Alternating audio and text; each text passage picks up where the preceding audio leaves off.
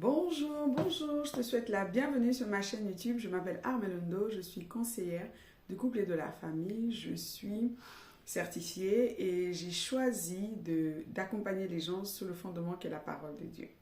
Alors, je te souhaite encore la bienvenue pour toi qui es nouvelle et je vous dis encore merci à toutes mes abonnées. Franchement, merci. Nous sommes en train de cartonner. On est en train de dépasser l'objectif atteint. On est à plus de 1000 vues en une journée. Franchement, merci, que Dieu vous bénisse. Mais en même temps, vous savez, c'est ce qui me booste, c'est ce qui me permet en fait d'aller chercher la perle rare, le meilleur pour vous le donner.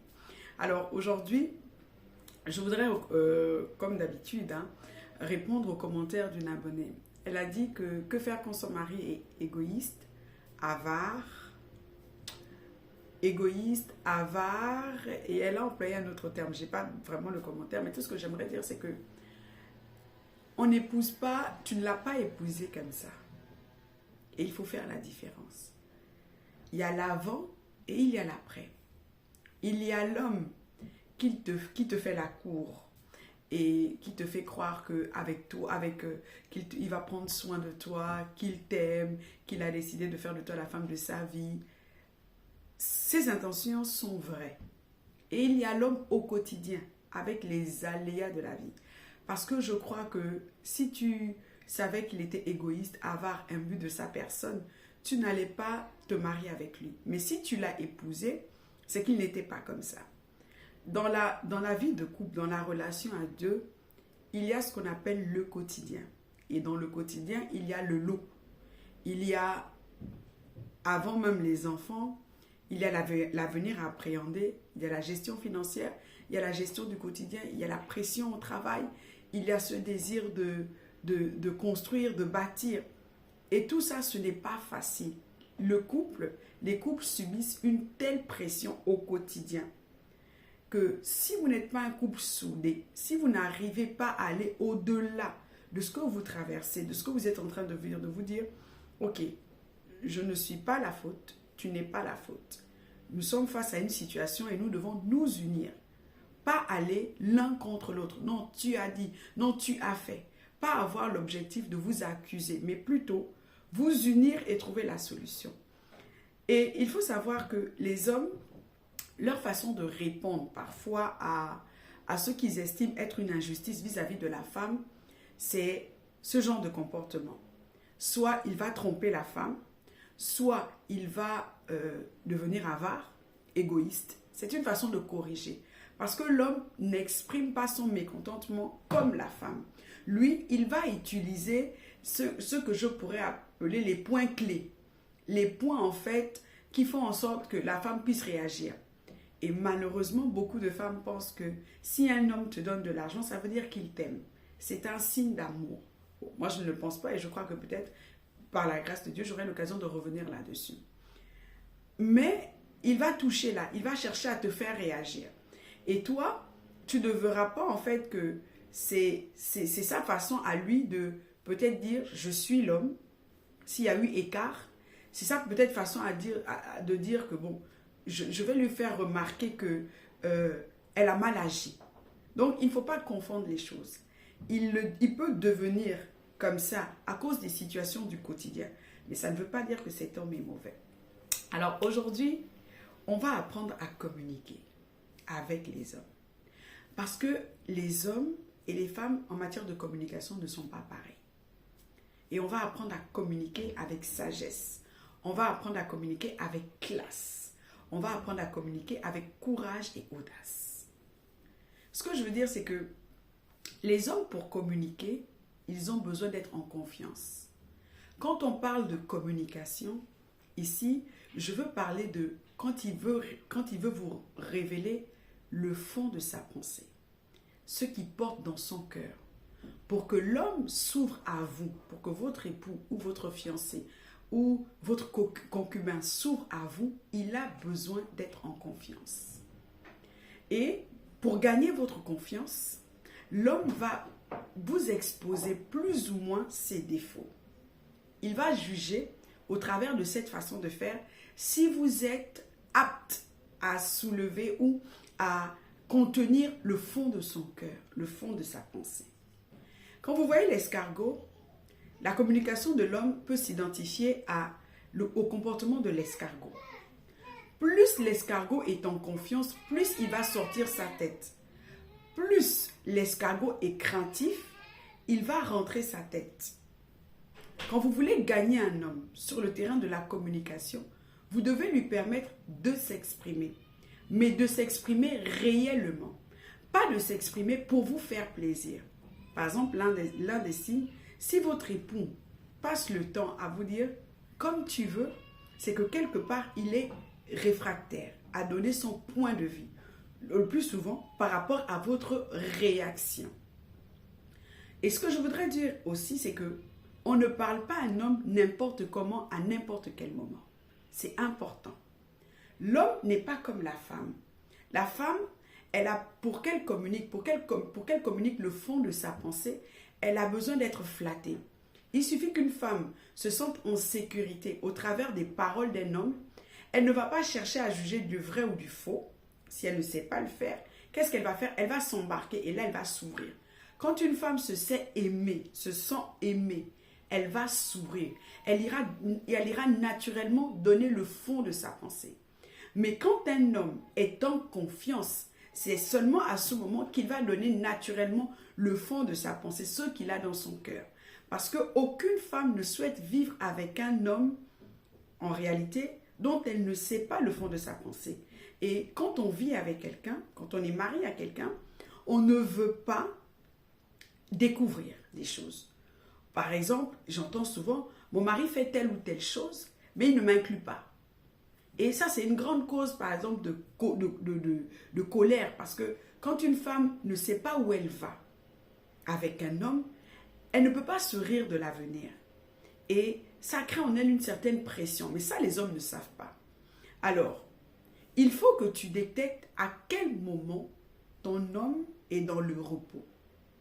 Parce qu'un homme, il ne te confie pas les pensées de son cœur, le fond de sa pensée, n'importe comment et à n'importe quel moment. Et là, la première étape, c'est que tu vas d'abord observer.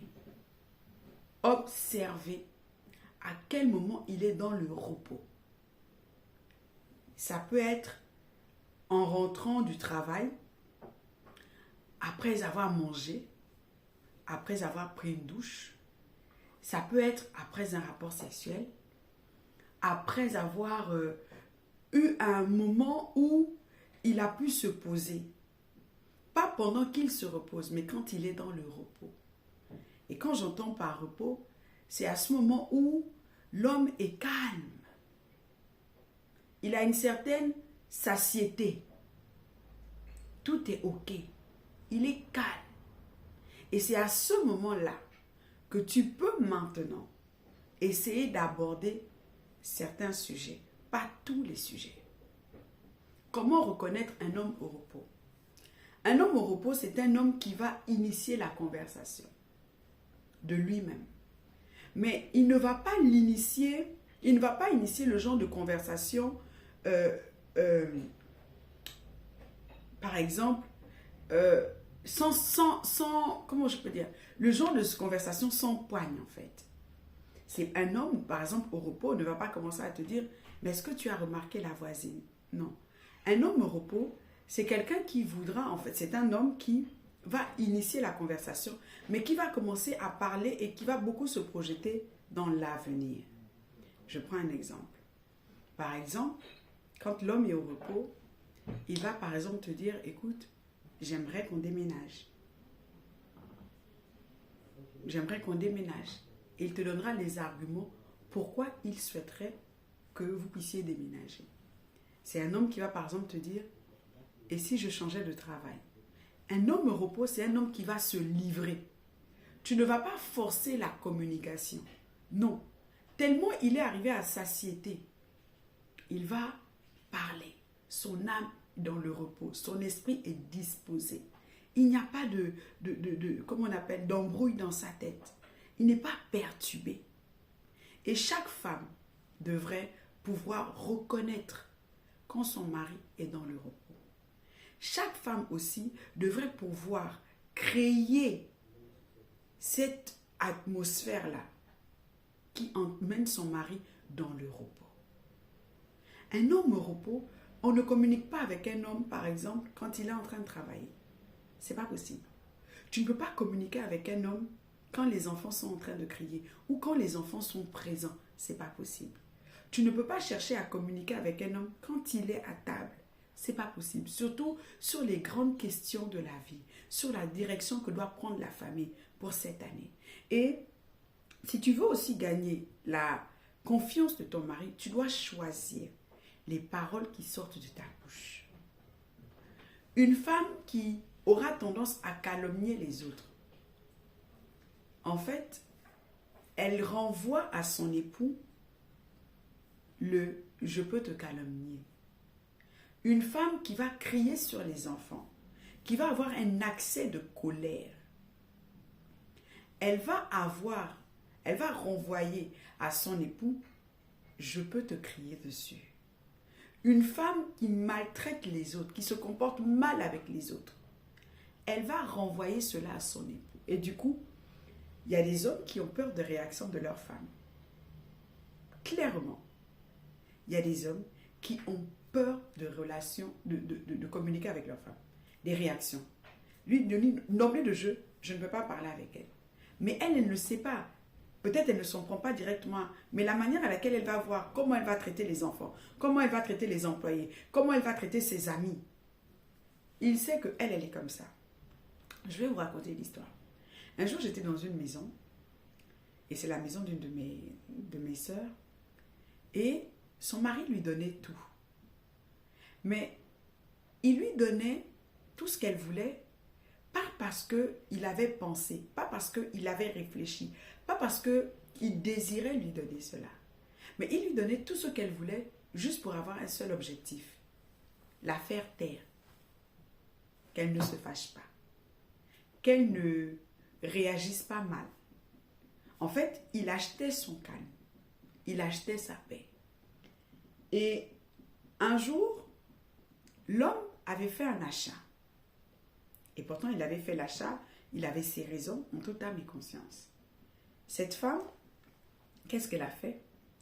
Sur le relevé de compte, parce qu'elle était sur l'ordinateur et parfois, elle était sur son téléphone, et parfois les deux comptes sont associés. Donc, elle a reçu la notification qui disait que son mari venait de faire un achat. Qu'est-ce qu'elle a fait? Elle est restée sur l'achat. Automatiquement, j'étais dans la pièce, elle l'a appelé. Allô? Oui, tu te prends pour qui? Tu ne sais pas qu'on doit voyager? Pourquoi tu t'es permis d'acheter ce téléphone? Hein? Pourquoi? Tu te prends pour qui? Tu passes ton temps à faire des dépenses inutiles. Hein? Pourquoi tu fais ça? Tu es inconscient. Qu'est-ce que c'est? Après, quand je vais voir, je ne vais plus parler. Je vais te laisser comme ça, toi-même là-bas. Elle a raccroché. Poum! Et vous voyez, l'homme, qu'est-ce qu'il a fait? Il a pris l'attitude de l'escargot. Il est rentré dans sa coquille. Et si moi j'étais à sa place, j'aurais eu peur de rentrer chez moi. Et beaucoup de femmes réagissent à chaud. Qu'est-ce qu'elle aurait dû faire dans ce cas de figure? Elle devait constater l'achat. Elle devait le constater. Soit, si tu as du mal à te contenir, tu tournes ça de façon dérisoire. Coucou, j'ai vu l'achat au... Je t'aime. Il sait que tu as vu. Il sait que ça, puisque si tu en parles, c'est que ça t'a fait tilt. Alors, tu le laisses rentrer. Quand tu rentres, tu l'accueilles avec le sourire. Coucou, monsieur qui dépense sans dire à sa femme. Tu ne sais pas qu'on doit tout se dire? Tout ce que tu fais, on doit se dire.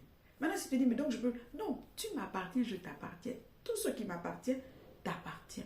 Vous voyez, c'est une façon de montrer que, comme j'ai vu, tu sais que j'ai vu, ça ne me plaît pas, mais je choisis la bonne porte. Et je choisis la porte de l'unité, malgré ce que tu as fait. Ensuite, je vais jouer mon rôle. Je ne vais pas casser l'harmonie, l'atmosphère. Je vais jouer mon rôle. Je vais rester dans mon rôle d'épouse. Quand il va rentrer, je vais m'occuper de lui, tout. Je vais tout faire pour l'emmener dans le repos. Tout faire pour l'emmener dans le repos. Et ça, je l'enseigne au camp. Je suis désolée. Je suis vraiment désolée. Mais je vous donne plein de pistes ici déjà pour vous en sortir. Donc, je suis désolée. Alors, je vais tout faire pour l'attirer dans le repos. Une fois que je l'ai attiré dans le repos, sa conscience va lui dire, mais en fait, chérie, j'ai acheté le téléphone parce que mon téléphone s'est cassé en chemin. Et effectivement, c'est ce qui s'est passé. En chemin, son téléphone s'est cassé. Donc, il s'est dit, bon, il ne va pas rester sans téléphone. Il s'est arrêté et il a acheté le téléphone. Mais elle ne savait pas le pourquoi du comment. Et même s'il avait fait comme si c'était un achat, un achat comme ça. Vous savez, quand un homme travaille, il a besoin de jouir de son salaire. Et l'homme n'est pas comme la femme. La femme, elle, si elle voit tout le monde OK, sa maison est OK, ses enfants sont OK, son époux est OK, elle est OK. Mais l'homme, il ne tire pas sa force de sa famille. Il ne tire pas son épanouissement de sa famille. Non. Pour lui, ce sont des acquis. Ça fait sa fierté. Mais son épanouissement n'est pas tiré de sa famille. Et parfois, son épanouissement est tiré dans ses hobbies. Le sport. Ça fait partie de l'équilibre de son épanouissement. Le sport. Il y a d'autres qui vont aimer les vêtements. Il y a d'autres qui vont aimer tout ce qui est gadget. Par exemple, moi, mon époux, lui, c'est tout ce qui est gadget. Donc, au début, je jouais. Après, je me suis dit, bon, c'est sa façon à lui de mettre son équilibre. Ça fait partie d'un peu de son hobby. Il se détend avec. Donc, je laisse. À la conquête, il veut toujours être à... On vit avec. Je l'accepte tel qu'il est. Il m'accepte tel que je suis. Alors, si elle avait pas réagi mal et elle avait juste créé cette atmosphère, elle avait attiré dans le repos, il allait simplement lui dire que chérie, j'ai acheté ce téléphone. En fait, écoute chérie, qu'est-ce qui se passe? Tu sais pas, devine ce qui m'est arrivé. Quand je suis sortie, mon téléphone, j'ai appuyé le téléphone, ça n'allume pas. Et là, c'est une femme, qu'est-ce qu'elle a fait? Elle allait préserver le canal de la communication. Le divorce dans le foyer commence simplement quand le canal de la communication est rompu. Une fois que vous brisez ce canal, vous le bouchez, vous êtes à la merci de beaucoup de choses. Alors, communiquer avec un homme, c'est d'abord en numéro 1. Apprendre à le connaître. Et on ne communique pas de tous les sujets à tout moment. Vous avez des femmes il y a des grosses factures. Et quand le mari rentre, c'est ce que vous lui bondissez à la main. Ah, tel appelé, oh, si on ne paye pas, ils vont couper. Non. Et je vais même vous donner une astuce. Et ça, je vais partager toutes ces astuces-là dans mon foyer en harmonie. Quand vous recevez des factures, quand vous recevez du courrier, vous devez choisir un jour T dans la semaine où vous lisez les courriers. Un jour T. On n'ouvre pas le courrier tous les jours. Encore moins en Occident. Surtout pas en France. Alors, vous faites des piles. Vous faites des piles de courrier. Et puis, vous pouvez dire, bon, quel est le jour où je suis le moins prise, où j'ai du temps? Je vais ouvrir le courrier. Ne surtout pas ouvrir le courrier le matin. Ça va vous faire passer une mauvaise journée. Ne surtout pas ouvrir le courrier le soir avant de dormir. Non. Moi, je vous conseille, par exemple, d'ouvrir le courrier après un bon culte. Après un bon culte, quand votre foi est galvanisée, vous venez vous ouvrir le courrier. C'est ça. Parce que le quotidien, si vous n'arrivez pas à le gérer, vous devenez des ennemis. Ennemis. Si vous voulez garder que votre mari vous confie les grandes directions de votre famille et qu'il vous rende participant, parce que vous avez un rôle à jouer sur la direction. Il a la direction de la famille, mais vous contribuez à atteindre le but donné par votre époux. Alors pour cela, vous devez vraiment faire les choses avec classe, sagesse et audace. Vous avez des hommes qui, par exemple, moi, mon époux, il aime parler au petit matin. au petit matin. Au petit matin, on peut tout avoir de mon mari. On peut parler des grands sujets au petit matin. Au petit matin. Mais quand il rentre du travail, je ne peux pas lui parler de ça. Je ne peux pas, on va se parler rapidement, on va brosser l'actualité, on va s'occuper des enfants, on va manger. Mais son temps de repos, c'est au petit matin. Et c'est au petit matin où je peux tout obtenir de lui. Là j'ai remarqué qu'il se déverse vraiment. Le lieu. Il y a des hommes qui sont bavards à l'extérieur. Il y a des hommes qui vont être bavards sur le lit. Il y a des hommes qui vont être bavards, par exemple, je ne sais pas moi, pendant qu'il prend sa douche. Vous avez des hommes comme ça. C'est le tenter. Pendant qu'il prend sa douche, ça crée en lui un certain repos, ou pendant qu'il marche dans la rue, ou pendant qu'il conduit sans destination. On va juste faire une balade. Et là, ils sont bavards, bavards, bavards, bavards. Et c'est là que vous distillez les profondeurs de son cœur. Car c'est de la bonté du cœur que la bouche parle. Faites très attention. Les hommes sont très forts au jeu de l'art de ne pas dire ce qu'ils pensent. Un homme peut te dire qu'il t'aime alors qu'au fond, il veut juste te faire taire.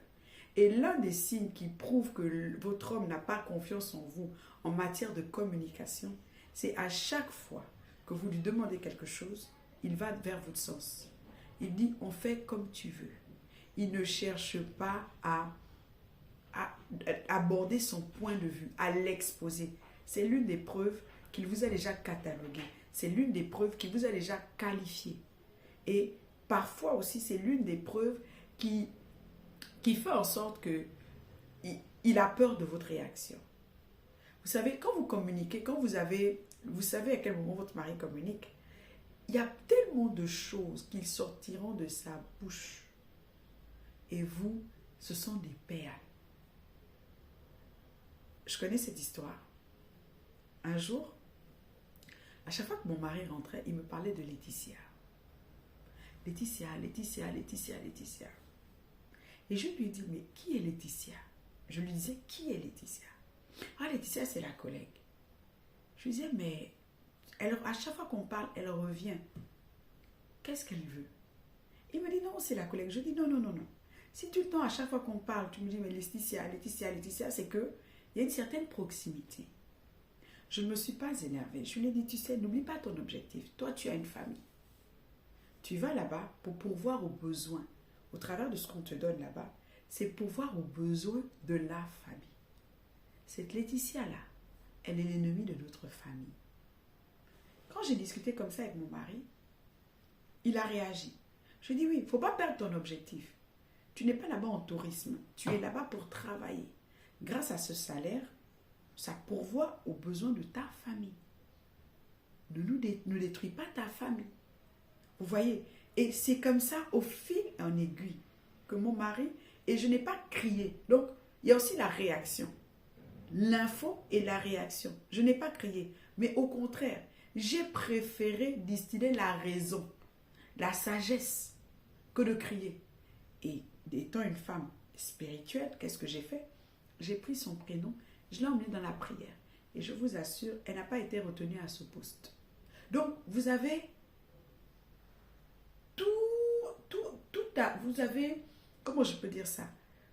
C'est de votre droit et de votre devoir de faire parler votre mari. C'est de votre droit et votre devoir de faire parler votre mari. Mais ça dépend de son moment de repos,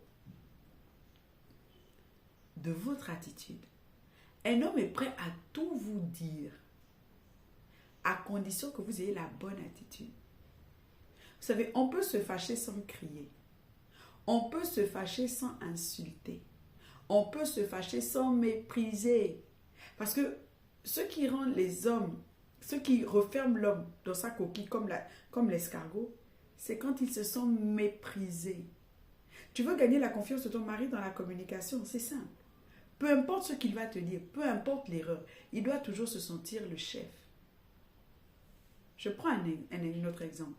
Si ton chef au travail vient te dire, ah, désolé, j'ai pris ton salaire et je t'ai pas payé, j'ai pris ton salaire, j'ai fait un mauvais placement. Je te paye dans 5 ou 10 jours. Tu vas pas t'énerver avec lui. Parce que tu vas te dire, ah, si je m'énerve, il peut me payer et me renvoyer. Qu'est-ce que tu vas faire? Tu vas trouver la stratégie pour montrer ton mécontentement, ou même tu vas garder le silence. Parce que tu sais que c'est aussi important. Mais j'aime ce verset de la Bible qui dit, là où est ton cœur, là aussi sera ton trésor. Pour que ton mari se révèle à toi comme tu le souhaites, ton cœur doit pouvoir mieux se comporter avec lui. Parce que c'est de la bonté du cœur que la bouche parle. Tu ne peux pas toi-même venir et renverser ton mariage, renverser ta relation, renverser ton union parce que tu ne sais pas gérer l'information qui vient. Donc je vais m'arrêter par ici. Que Dieu te bénisse. N'hésite pas à partager, n'hésite pas à t'abonner. N'hésite pas à repartager, à t'abonner, à reliker. Franchement, vous m'encouragez. Vous voyez, quand je vois 1000 et plus de 1000, je dis, il faut que j'aille chercher la profondeur pour donner à mes abonnés. Alors, dans le lien de cette description, tu trouveras le lien pour mon livre que j'ai écrit sur la prière. Là-bas aussi, il y a des canevas de prière dans ce livre et on parle aussi il y a des sujets de prière pour la communication parce que c'est important. Le diable, l'ennemi est le prince de l'air. Et le plus souvent, il commence à saturer l'atmosphère pour venir embrouiller. Là-bas aussi, quand on communique, tu apprends que le diable est l'accusateur des frères et des sœurs. Donc, tu dois pouvoir avoir toutes ces clés, savoir toutes ces choses, les maîtriser dans la prière. Parce que quand vous communiquez, vous commencez à vous accuser. Mais toi, tu as fait, mais toi, tu as dit. Ce n'est pas bon. Ce n'est pas ça l'objectif de la communication. Ensuite, tu as le lien pour rejoindre notre nouvelle plateforme qui s'appelle Mon Foyer en Harmonie. Et là-bas, on va parler beaucoup de la famille, de la gestion du foyer, comment recevoir son mari, comment créer cette zone de repos, comment créer une très belle ambiance, comment être en harmonie avec sa maison, comment être une bonne maîtresse de maison, comment créer des moments de qualité, comment être une famille où on communique, où on s'aime, où on s'encourage, où on se soigne, où nous sommes là les uns pour les autres. Être une famille où on parle. Je crois que j'ai tout dit. Si tu souhaites travailler avec moi, tu as aussi le lien dans la description qui s'appelle le lien pour me joindre. Alors tu rejoins un groupe WhatsApp et là, moi je viens et je t'écris en inbox. Que Dieu te bénisse. À la prochaine.